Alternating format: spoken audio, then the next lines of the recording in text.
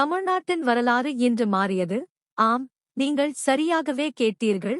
ஒரு நடிகன், ஒரு சாதாரண மனிதனின் கனவை நிறைவேற்றிய தலைவன், இன்று தமிழகத்தின் முதலமைச்சராக பதவியேற்றார்.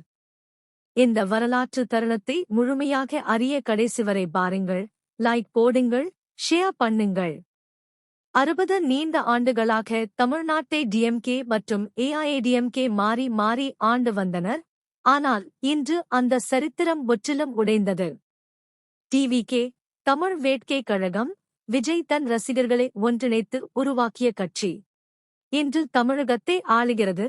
இது சாதாரண விஷயமே இல்லை.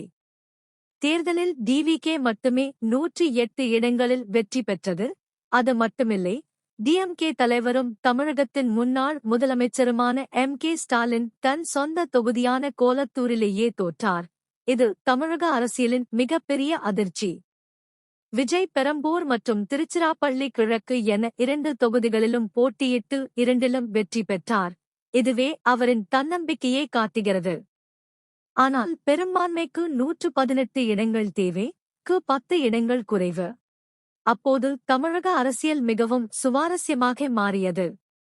ஐஎன்சி திடீரென டிஎம்கே கூட்டணியை விட்டு வெளியேறி டிவிகே உடன் சேர்ந்தது. விசிகே மற்றும் ஐயுஎம்எல் வெளியில் இருந்து ஆதரவு கொடுத்தனர்.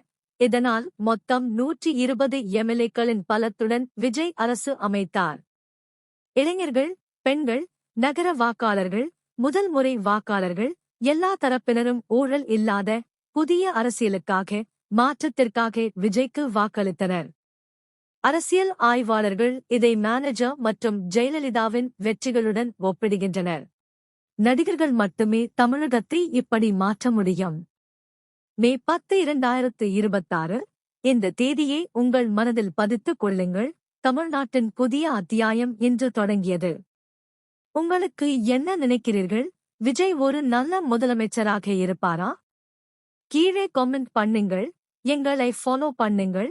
தமிழக அரசியல் மற்றும் சமீபத்திய செய்திகளுக்கு நாங்கள் எப்போதும் உங்களுடன் இருக்கிறோம்.